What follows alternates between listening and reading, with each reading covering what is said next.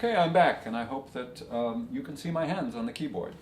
If not, you'll have to trust that what I say by way of description of what I'm doing is actually what I'm doing.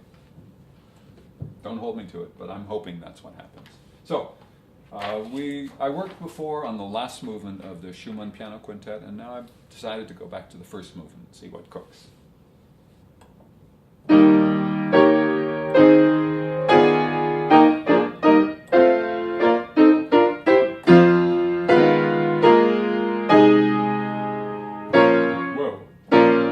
It would help me to remind myself that this piece is in E flat, no? And of course, in terms of checklists, that's what everyone should do when they're sight reading. I think I got a little nonchalant because I can hum this, I know how it goes, but it's a reminder that you have to define some of the elements that are a part of your process that you would normally take for granted. Knowing the key signature is a big benefit. If I see a fancy chord, I want to be a little bit careful early on so that I know what it sounds like, I know what it is, and I know what it feels like. All three of those are important to really feel confident when you're performing. So the second phrase, sometimes when I see a bunch of accidentals, I remind myself that the chord, of the topography of the chord, you know, how it feels. If it's an all white note chord, that's often very useful when it's sprayed with accidentals.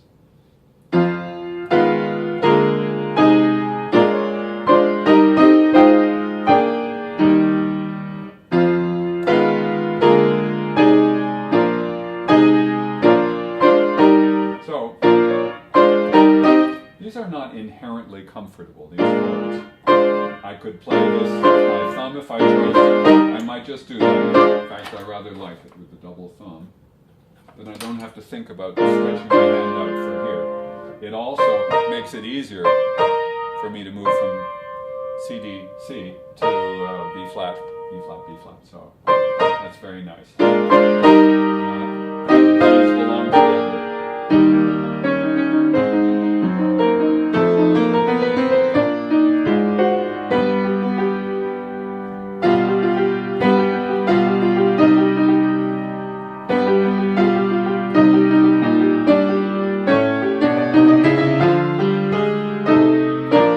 Nothing terribly awkward. I'm being a little bit arbitrary, so I might want to clean that up. For example, here, I'm making the decision. I have D, F, going to G, and then I need something comfortable for my G sharp if I'm going to stick with my D. So I choose to make my bottom fingers fourth instead of getting to the thumb and getting stuck. So now I can turn it very comfortably.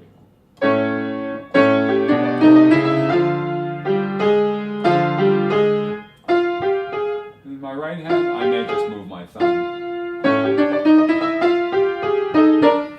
So I just remind myself of that.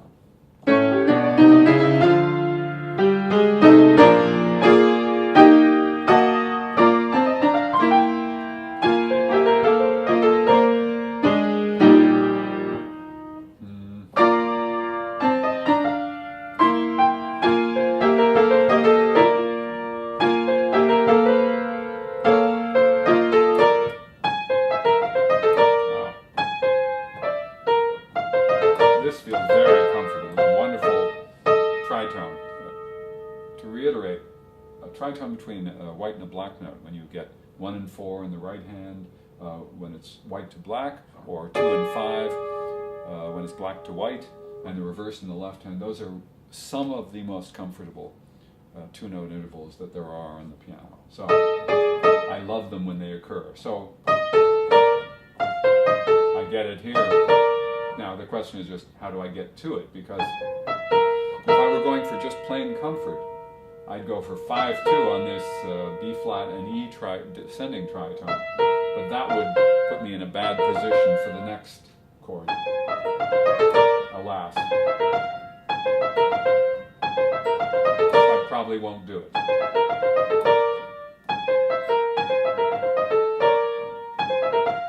So 5-2-4-1 twice over is really really delicious, assuming I can get there, and I may not be able to.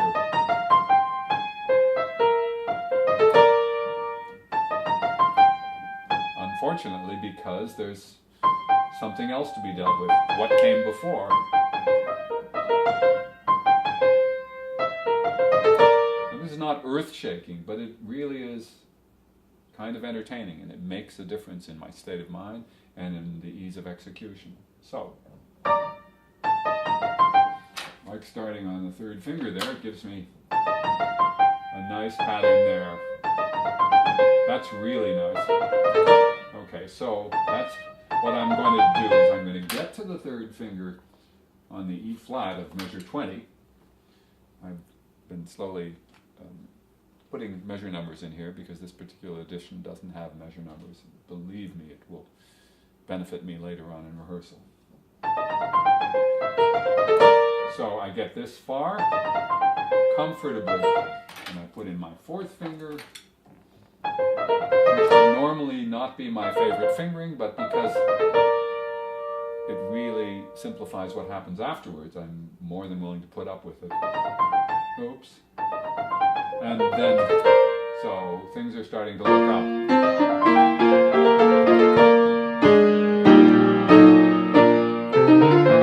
I think I'll do the same thing, the lower octave, of course.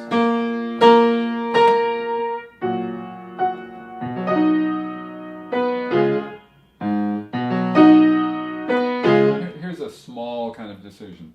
In measure 28, the left hand plays to a middle E flat, then C flat, and it has to go D flat and A flat together. So I can go 1, 2, 3.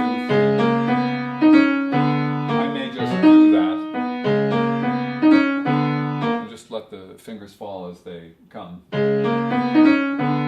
wouldn't recommend it to a lot of smaller handed pianists because Schumann gives you an out. He breaks the slur.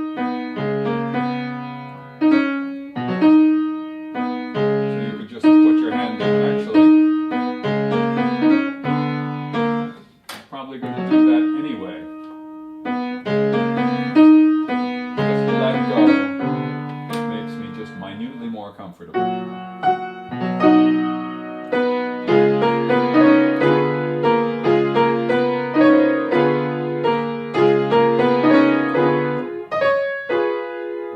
I'm going to run out of fingers no matter what I do in the right hand. So I can play 1, 2, 3 and then repeat my 3. I can get fancy by playing perhaps 5. After 4, then I have an extra finger or 2. Or I can use my pedal, which is probably what I'll do. Just move my hand over and let the pedal provide the legato.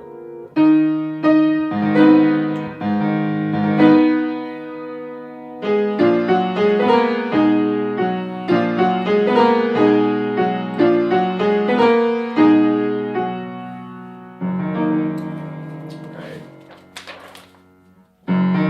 Is that all?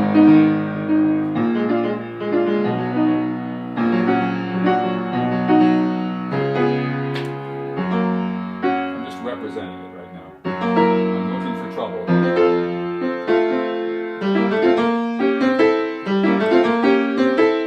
Okay, I want to make sure I learn this accurately.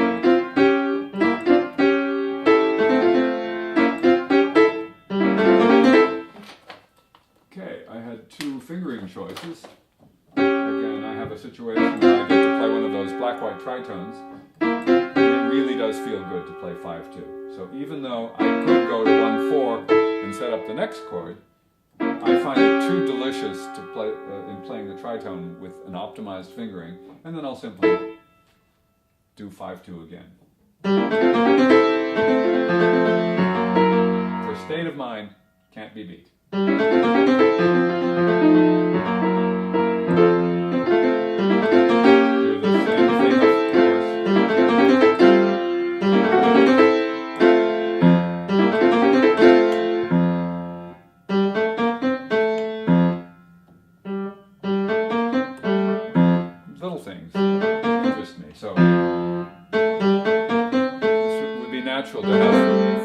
press it right under your hand and go 4, 3, 2, 1, 3.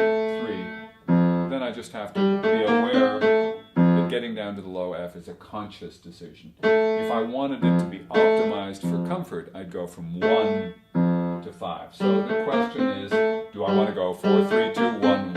Do I want to go 4, 3, 2, 1, 2, and then think? Or 4, 3, 2, 1, 3? Probably that's what I'll end up doing. I could get really fancy and go 4, 3, 2, 5, 4, 3, 2, 1. Whoops.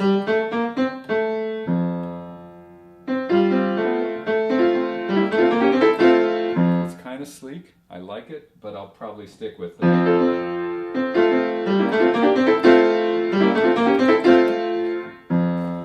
With 4, 3, 2, 1. So I'll just note that to myself, and I'm going to start on the third.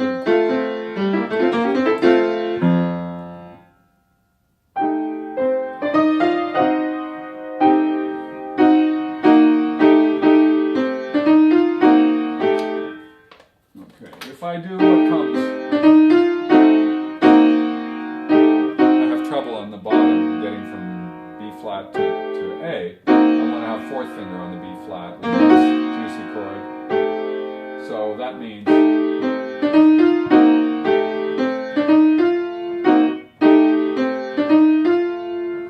actually that's pretty straightforward. 4, 3, 2, 1, 4, 5, 4, 3, 2, 1, 4. So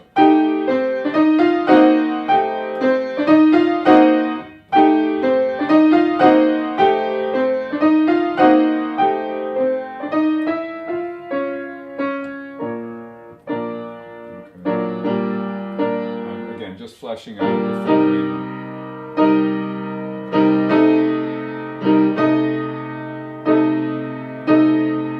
Looking for surprises.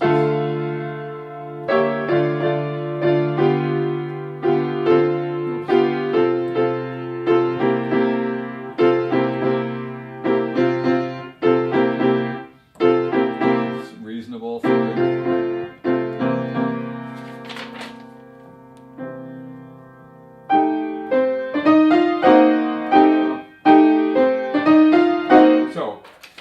I forgot to tell myself was that when I played this before, what made it work is that I put up with, or willingly went from thumb to thumb. It's a portato indication, and even if it weren't, I'd probably help myself out with my pedal anyway. But that's the secret, is to make sure that you're not looking for a legato fingering, but rather a legato sensation or sense of musical linkage. Thumb to thumb.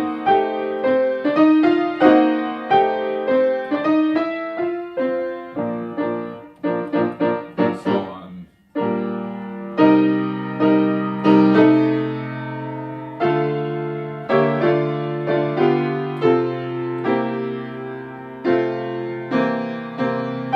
There it is. Thumb, thumb, and that's left hand.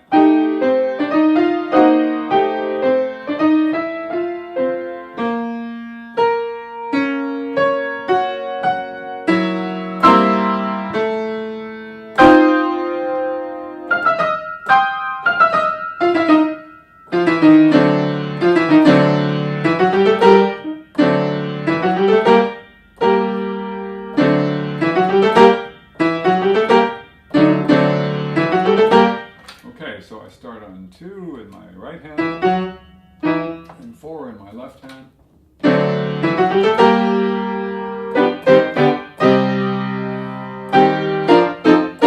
Some of these fingerings I might not write down, but because I'm being hyper-conscious of trying to make good decisions, it's really useful to me to write them down. Because one of the great benefits is when you come back through here again, you don't have to remind yourself what it is that I did then, because you see it. So it really saves an enormous amount of practice time. And equally true, if I come back to it, months from now or next year or in a few years, I'll have the traces of the decisions that I made, which may be as good as the decisions I'll need next time around, or maybe not.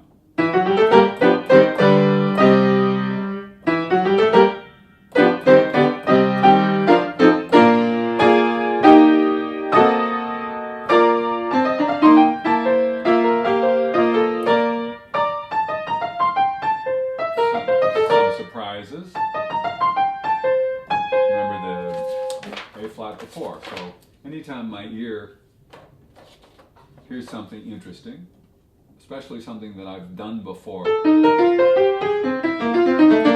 was in measure 24, and this is significantly later. Whoops.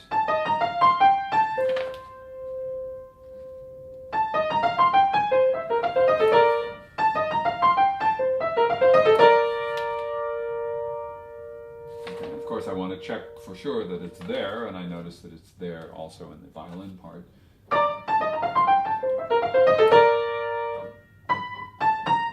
So he's keeping it very bright and very majory here. I'm going to use the same fingering exactly that I used when it was in A flat, because it works just as well. Whoops.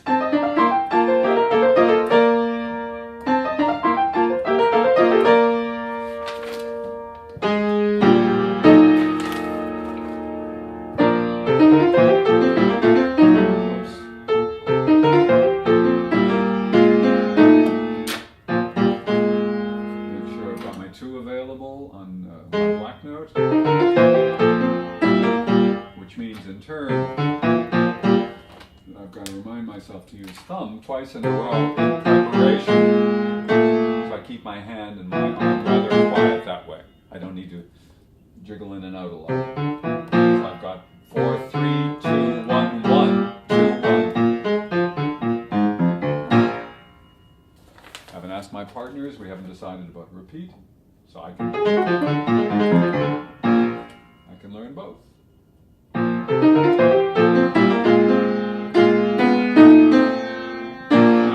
Second ending.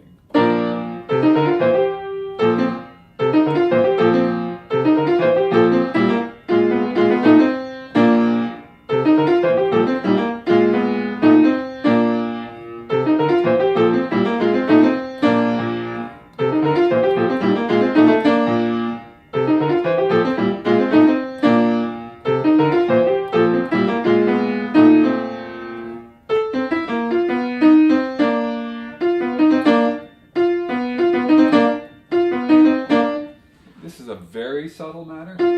At the very end, going into the second ending or the first ending, I've got this white note tritone, the large white note tritone, B and F, and E flat, C, and then B flat and D together. So I can certainly go 5, 1, 4, 2, 3, 1.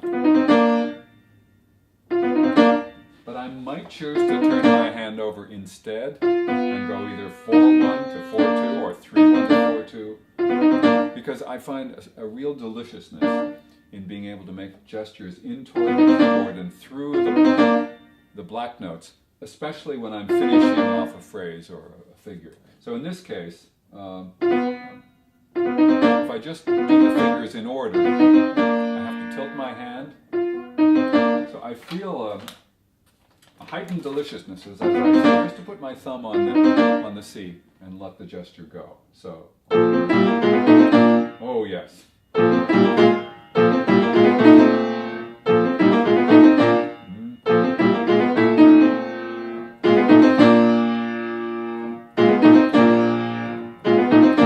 another thing, because I'm going to have to make a big octave leap in the left hand, I want to have what I do in the right hand as automatic and organic and comfortable as possible. As you can see, I'm talking to you and able to play that well. So this is a good sign. Using your vision in appropriate places on the keyboard is a really good thing, but very often it's appropriate to experiment with what you can do that doesn't require you to watch or look intensely, because sometimes you want to know that you can trust that the sensation is there, that your hands, you've placed your hands where you know they need to be. You have that appropriate groove. So.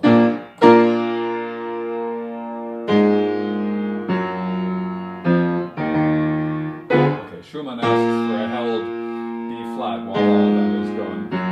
So. I'd probably start with 5.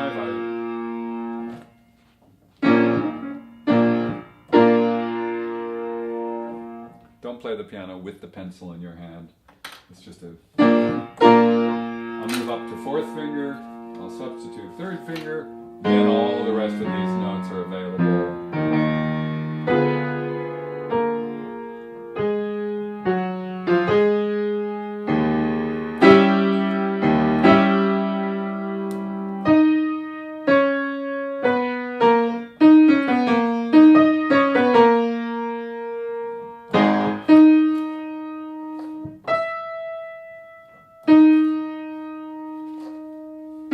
So,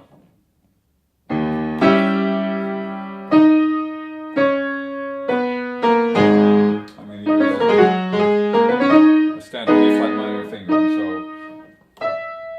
thumb here, as if I were playing these notes. So 1, 2, 3, 1, 2, thumb.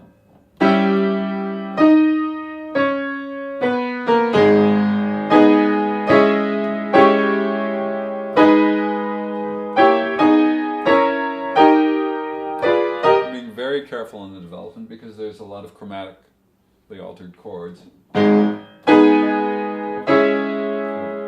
spelled with a lot of accidentals, let me put it that way. So I want to be sure I'm learning them right. That I have the sonorities and I have the sensations together.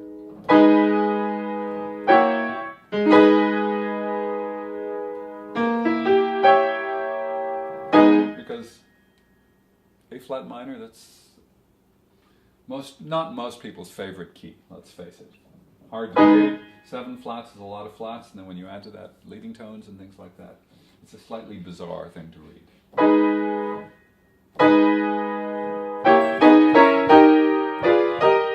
So if you find that the score is negatively interacting with you because of the way it looks, you can always rewrite it, or at the very least, you could spell out chords, you could say, that A flat, that's G sharp minor, well, is that much more helpful? Yeah, it's 5 sharps instead of 7 flats. Whatever way gives you a sense that you can gain the sonority and the sensation quickly and then depend on it.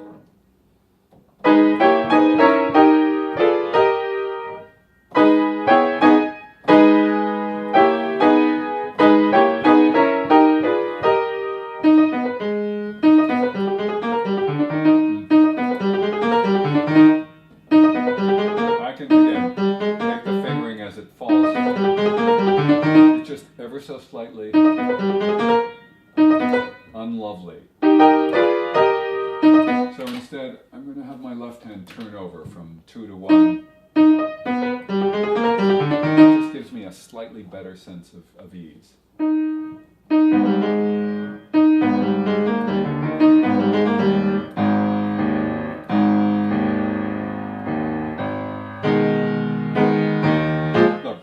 Look, the right hand is going to be very busy now. It's got a lot of figuration for a fairly extended period of time. In this score, 2 pages worth. And the left hand is doing much less. So very often I'll go to the seemingly easier part to make sure I can either quickly learn to take advantage of it,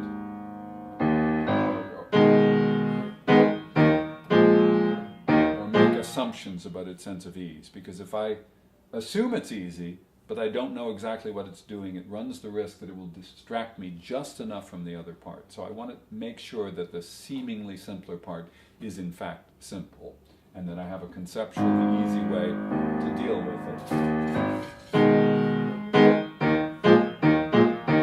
Which I think I do. So now I'll look at the right hand.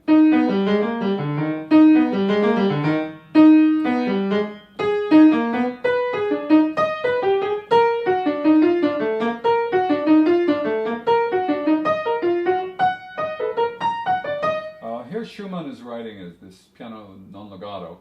Number 1, it's non-legato. Number 2, he's making a very interesting thing with his beaming, because he isolates the 4th note of every beat. This is in cut time, so every beat is, in this case is 4 eighth notes. So not the 4th note of every beat, the last 8th note. In other words, the last 8th note of the measure, which is the last 8th note of the 2nd beat. He isolates it,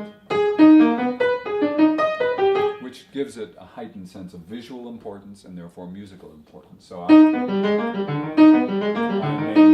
don't know to what extent I'll draw attention to those notes, but they're obviously designed to be important. I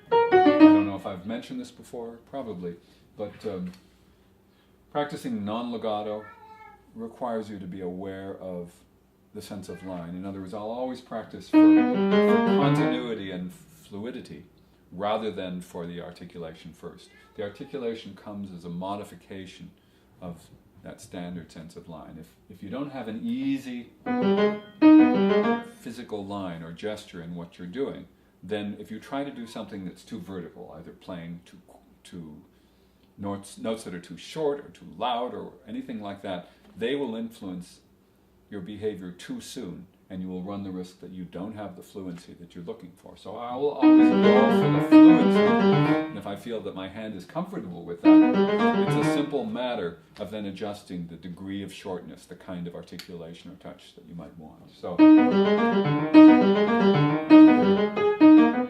now these things are odd chords. If I were to try to block them like that, some of them are quite odd, some of them, and they're not designed to be heard together anyway. Some of them are downright comfortable. This one is pretty close to an ideal three-note chord. You've got your longest finger, the third finger on a black note, and your two shortest fingers on white notes. So that's a very good feeling. Some of the other feelings, you have the third finger on a white note and the fifth finger, a short finger, on a black note. That's not as good a feeling. So the choreography should make note of that difference, that lack of comfort, and go towards where you can become comfortable again.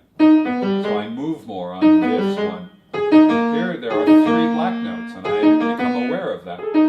That's not a big deal. I just have to keep moving into my thumb, then that really comfortable one. So I go from yuck to moderately good, to really nice, to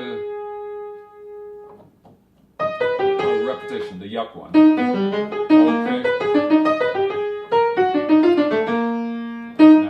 Flat. Okay, so let's see what the left hand is up.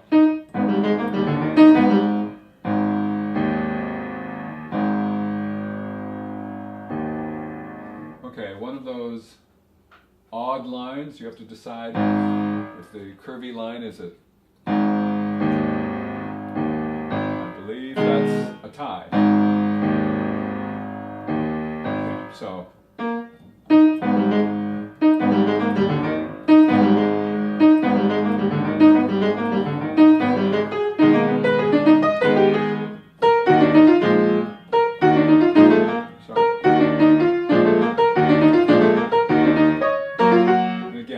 I remind myself what the sensation is I'm groping for. Oops.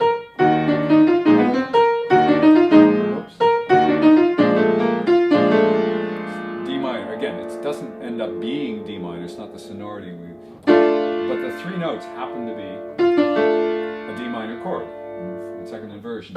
And that's what I go for, not in terms of sonority, but in terms of sensation. Oh, these white notes.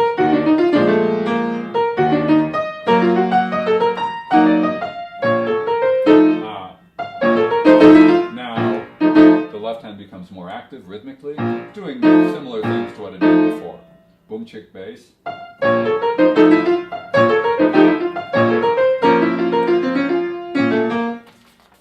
Oh, I should point out, I almost was late on this slow note in the bass. It's just one of those things that I have to remind myself of. I can do it two ways. I could certainly finger substitute for the thumb and then reach. But if it happens that I have to hold this whole chord, I'm not able to because Schumann gets in his own way and asks me to let go of the top of the chord. But this is one of the things that I call the tyranny of the score, that the score tends to give you a sense that durations are tremendously important, that you're given a half note and you should hold it for a half note. But pianists often don't know consciously, but ought to know consciously, that the durations more than anything show the beginning of a note, and that it provides a sort of a space holder for when the next note will come in. So a half note means that you start the note, and then a half note later, something else is going to happen that's a half note after. The duration is often, especially if one of two things happens. Either you're repeating a note, so if you play a half note, then you have to play the same key a half note later. You take some kind of a rest. The composition typically doesn't say how much rest, but everybody who has to repeat a note has to come off the note at some point before you play it again. So that's one way in which if you see, for example, two half notes in a row on the same pitch, you have to let go. So you have to interpret, again, consciously or otherwise. And once you become a teacher, you have to be conscious. And once you become an efficient practicer, you have to be conscious. Same thing holds for when you're going to move your hand, that it takes a specific, a perceptible amount of time for you to move your hand from one place to another if the fingers are not covering those keys. So the result is you have to be able to say, okay, off. So I'm 1, 2, 2, 1, 2, 1, 2. I'm just reminding myself to let go. So let go, and then I'll get there in time. If I tell myself at the very last moment to do that, I probably won't get there in time.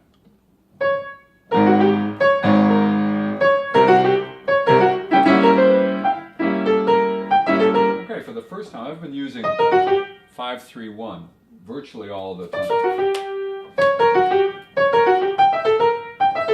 For my hand, this one here, that's G, E, A, and then B flat. 5-4 is better, I think. A lot of my students, when I make suggestions like that, look at me as if I'm crazy. It just happens that for me, it spaces my hand out better. I have no problem getting to fourth finger. It makes me feel that it's more passive, rather than having to be more active and move from place to place. So,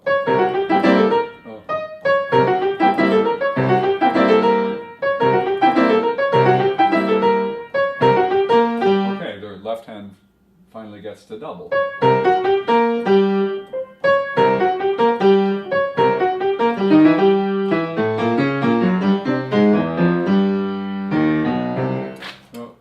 Be natural.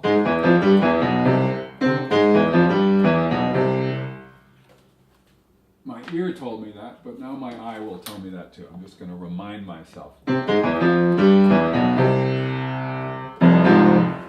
in F minor here. So.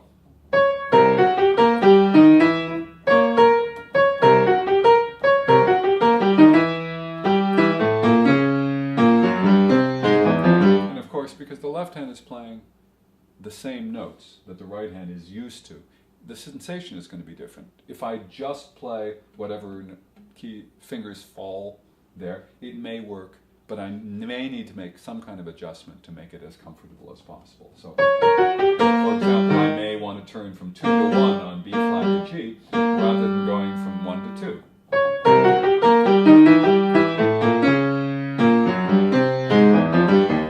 Let's see.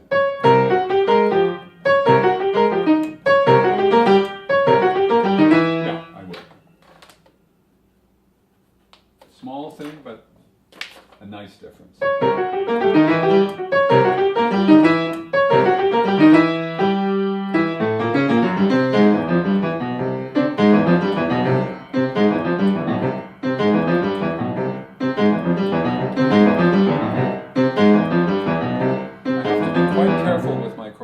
When I have, after this black note, all the rest of them are white notes. So black notes provide you with a sense of where you are, they provide you with a grip on the key, and white notes are very easy to be shifty under your hands. So you want to be very careful to define how you're dealing with them so you know where you are.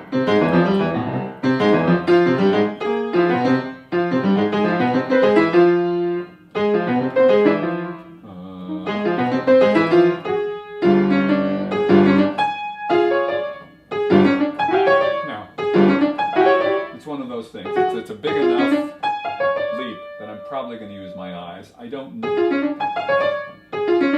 I don't know that I need it, but I want it. The other thing I'm considering is using a turnaround fingering rather than 5-3-1 and then 2. I might do that. This interesting thing is spelled A flat, F, C sharp. So again, I remind myself, oh, looks an awful lot like a major chord, a D flat major chord or a C sharp major chord, even though it's not spelled that way. Now, whether I go 5-3-1, it's taking me a little bit of time to get readjusted because of the backwards nature of the third finger being on a white note and the 2 short fingers being on black notes. I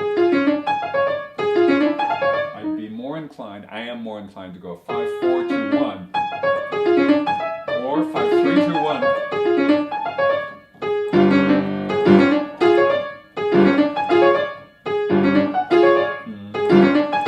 Yeah.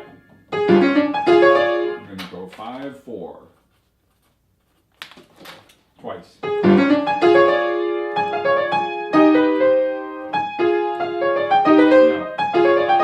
It particularly nice when everything evens out and I get this very comfortable chord by comparison. G, E flat, and B natural. Again, just because the chord is not a specified harmony, but a series of harmonies, doesn't change the fact that this is still a hand position, what your body needs to be doing to accommodate these different keys. So if you're always isolating harmonies or having the score itself define how you group the notes, you run the risk that you never get to feel what your body would prefer to do. And I like to think that there's a sort of an invisible score or an other world behind this score, which is the world of the gesture, the gestural language that makes it possible to bring these notes to life. Otherwise, all of the natural complexities of the way things are notated may run roughshod over your body's natural desire to have a good time, to play with comfort and ease. So,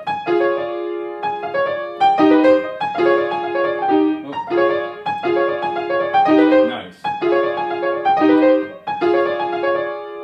I just have to remind myself to come down. And now, there we go. I'm going to do the same kind of fingering. And in the next one, because Schumann doesn't give me that wonderful, comfortable thing, I'm going to stick with my same 5-4-2-1 fingering.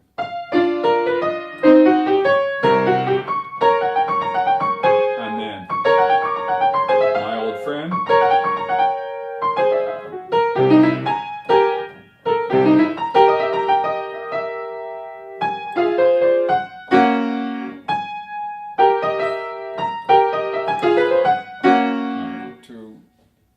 remind myself and remind you, I'm not going to stick around here to get it all done. In other words, once I feel that I've got good fingering solutions, a good sense of where it's going, I'm going to plow on through and get to the end of this movement rather than try to really, really refine any particular moment, because that's not the place. I'm in course practicing now. I'm fleshing out my strategies, what I'm going to be doing later. So if you want an analogy, it's like having Michelangelo looking at that big block of marble and saying, I will now start with David's eyelashes. It's not going to happen that way. So,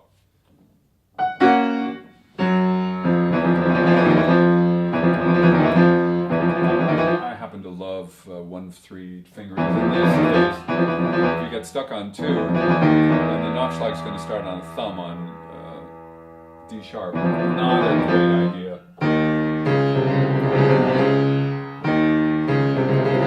Here it's okay. I could go 4-3-2, 2-3, and 1-2-3.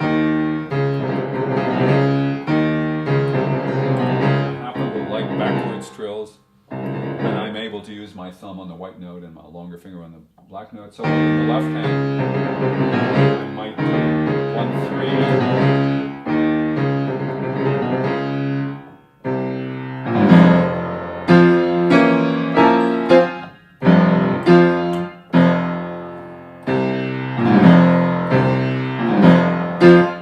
right, this is a two-handed approach. For my own safety, or to give me a little more time, I might just play the bottom octave in my left hand alone.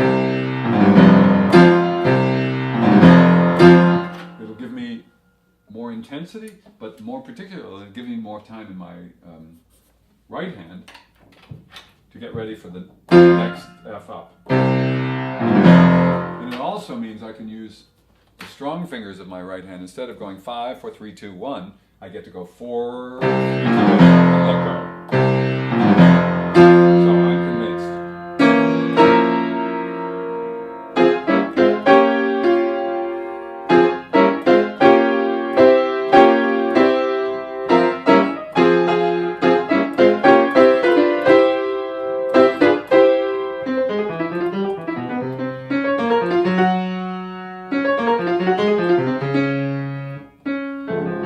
Okay, we know this figure. Of course, you want to know what key you're in.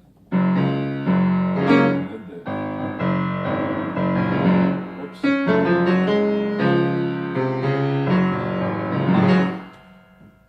Boy, if this really is G flat minor. G flat minor is the relative minor of B double flat major. Give me a break, okay? So this is one of those instances where you just look at the way in which it's notated and think otherwise. Keep it simple.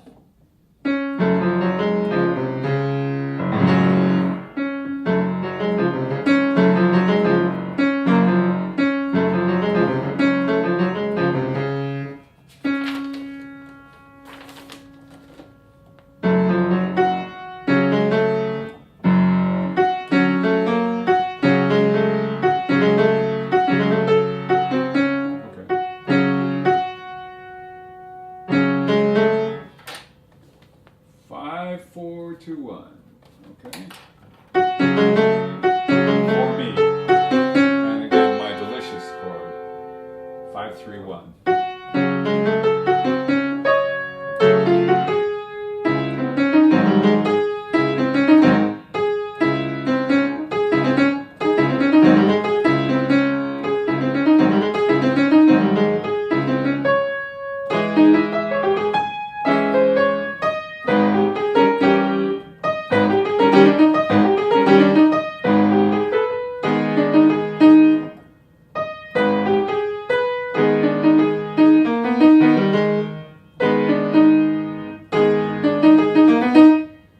Experimenting between the turnover fingering and the straight fingering. So here.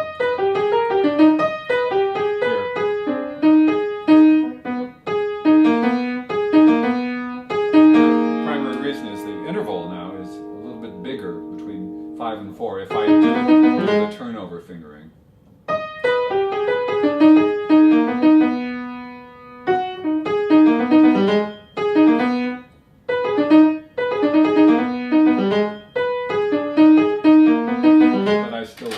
So I'm going to mark it.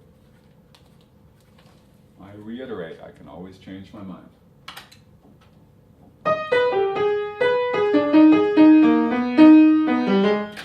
And 5, 3, 1.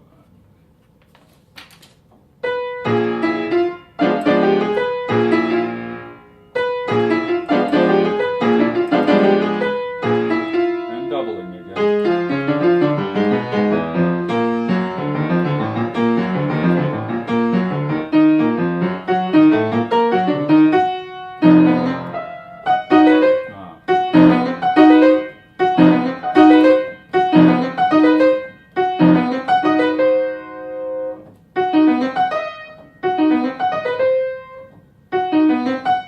So the advantage of using the turnover fingering here, an extra advantage, it makes it so much easier to get to the top note. So even though I'm playing the same 4 notes, I could go 5, 3, 1, 2. And that feels not bad. But if I go 5, 4, 2, 1 on the bottom one, and then 5, 3 on the top one, I get to the top note much more comfortably. So it's one of those instances where normally I would stress, if you have the same combination of keys, use the same fingering. It'll give you a heightened sense of solidity and trustworthiness. But in this case, the roles are different because one leads to another. This lower figure is the launching pad for getting to the upper one. It's so much easier to launch yourself from the thumb than to launch yourself from the two. And so that's what I'm going to do. In the case of the second set, the 5-4-2-1, the turnover fingering works for me. This chord that sounds like A flat major but isn't because it's E flat, C, and G sharp. But it's the feel of it is A flat. So I do better on 5-4-2 there in both octaves.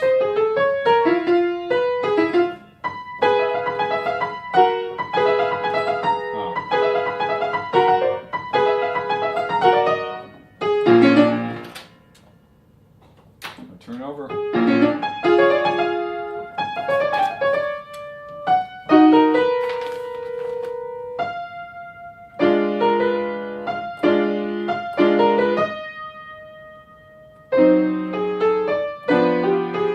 Now, he suddenly gets very chromatic as he sequences his way down the keyboard. So I want to be very careful here.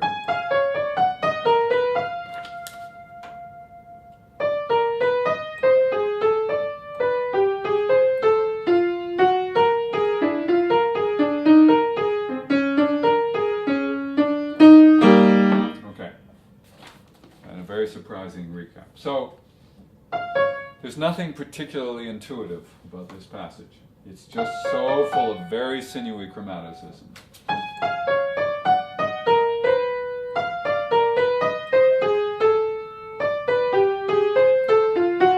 One of the things that I do have to remind myself of is the nature of the spacing.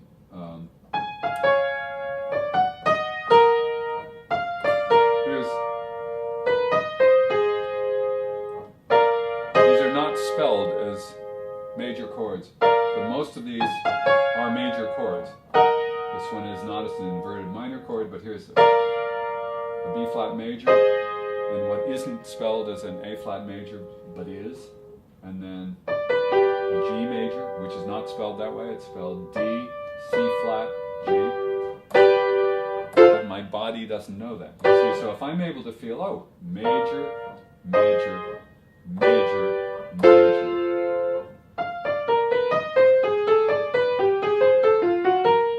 Then I'm able to learn it much more quickly. Now, I'm going to use the turnover fingering some of the time. When there's a black note at the bottom, now when there's a white note at the bottom, I'm going to use a standard triad fingering like that.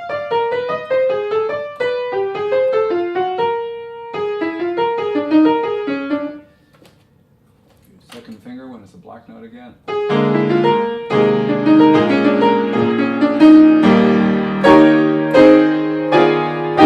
Home base.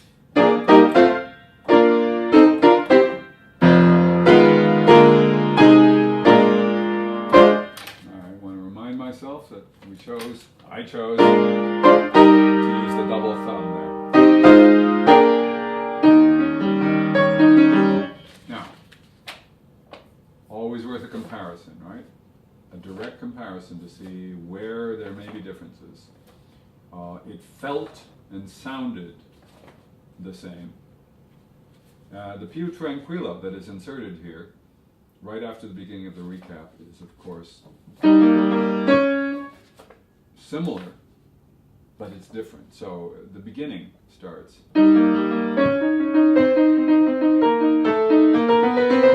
This figuration, by comparison,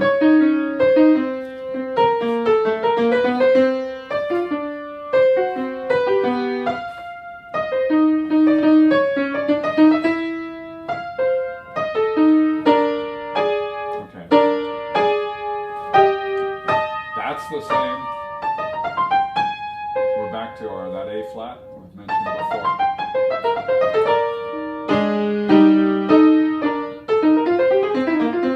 Okay, so that it's not an interpolation, it's kind of a variation on the same idea.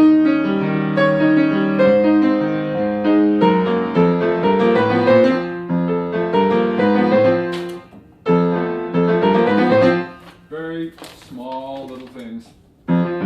When do you go at the bottom of one of these wiggly passages? When do you use 5 and when do you use 4?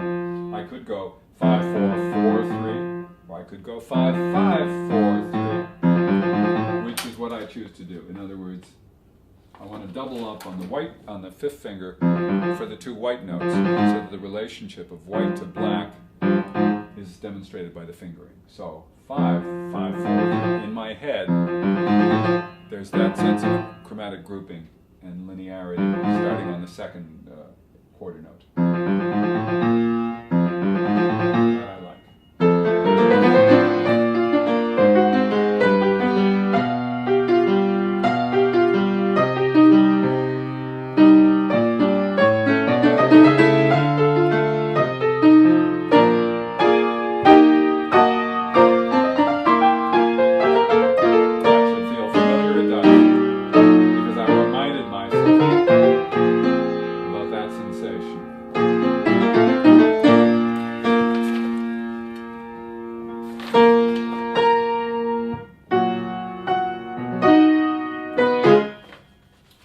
Worth a peek.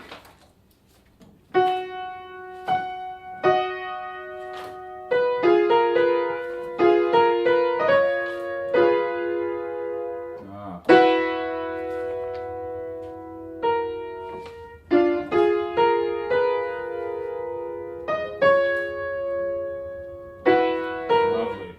Okay, so I use a very specific word when there are divergences like that. I write the word different, just so that I know from that point there's a forking of decisions. When the composer goes into his recap and then has to rework his material using different tonal schemes, we have to be aware of when it happens and how it happens, and sometimes happens like that in the most subtle fashion with just one note being altered. That may change your fingering, it'll certainly change how you feel about it. Usually I just write diff because I know what diff represents, but I wrote different just to reinforce that sense today.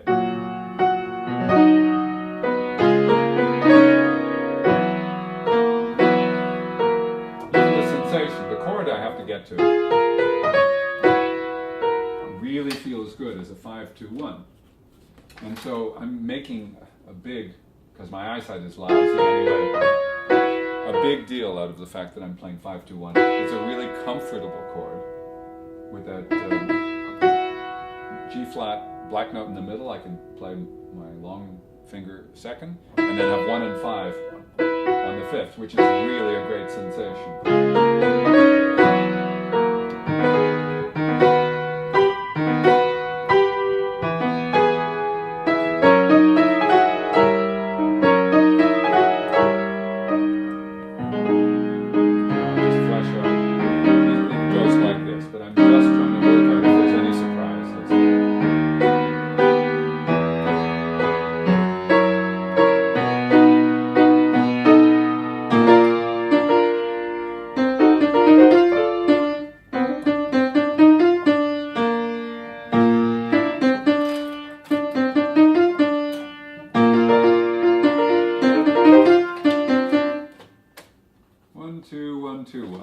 Just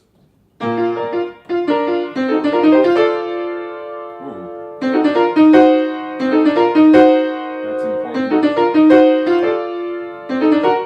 Rather than going 1-4, as I've said, I much prefer 5-2 here. So.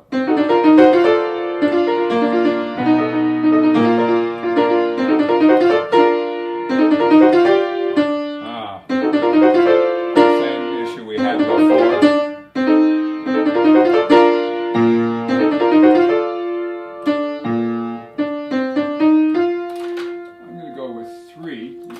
The leap bigger.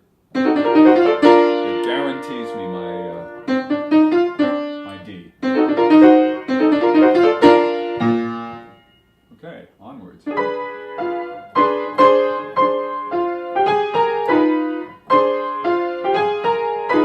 in a different key, these sensations are different.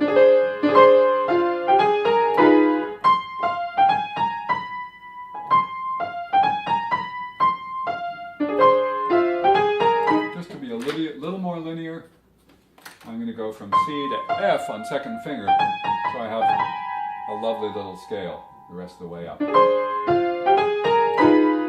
way I don't have to worry about my right hand at all.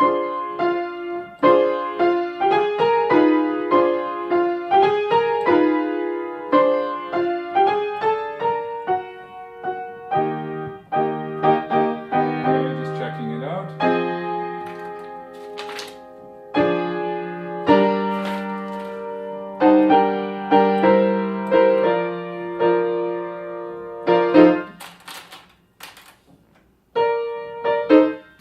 Okay, I'm going to change my fingering on when I'm going from B flat C to B flat D.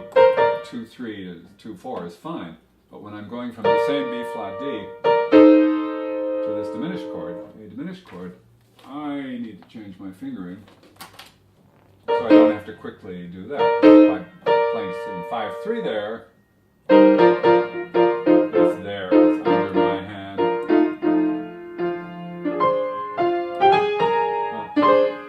To remind myself, I should remember, but the fact that I should didn't mean that I did. So by writing it, I won't have to remember it. I'll be confronted by it.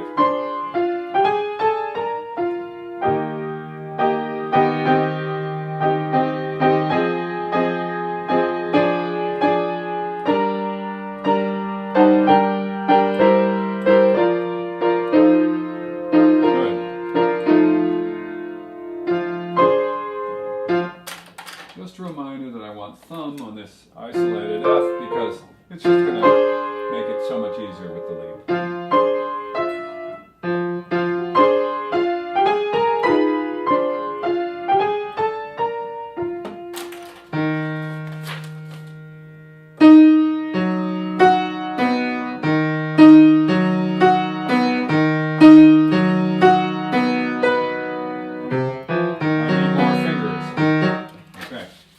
Because he's asking me to do this. I would have never guessed that from the previous page. It happens that I have one measure to go.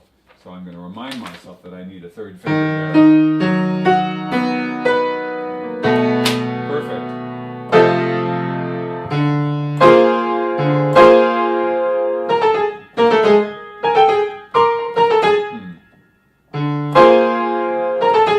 I think I just might do 2-1 in my left hand because it gives me actually 2-1-3. Sounds weird, but what it does, the discovery I made years ago which just fascinated me, if your arm is tilted such that it's aligned with your hand and your hand is in a place such that the fingers are aligned the way they grow on your hand, the way they hang comfortably, very often you can have what looks like a crossed fingering, but is in fact a place that gives your hand the maximum comfort. So it happens that turn this way, when I go 2-1-3, my fingers feel as if that's the way they belong. So that's a maximum, it gives me a maximum comfort, but it also gives me maximum grip if I so desire.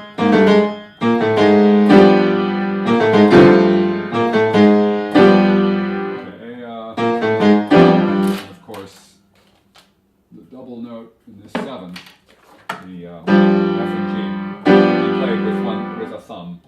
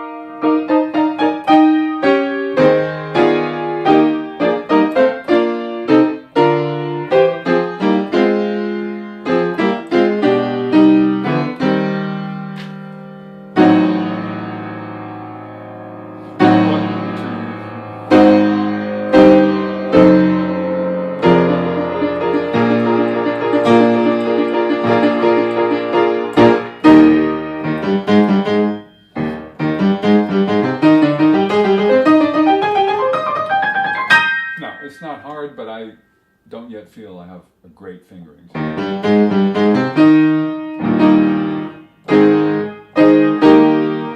it's 4-1, 4-1, E flats and A flat.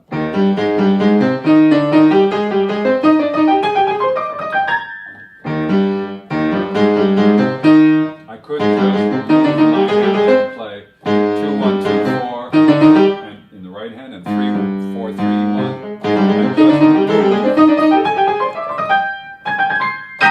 that's one possibility. If I want to link it,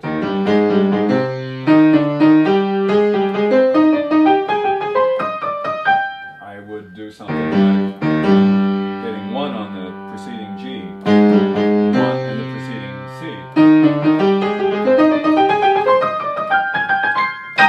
which works too.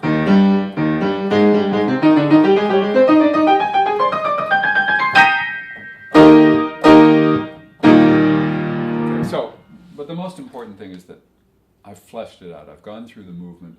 I make myself feel that I'm on the way, that I've made major decisions, and then I can go back and start to clean it up. That's the way I like to practice.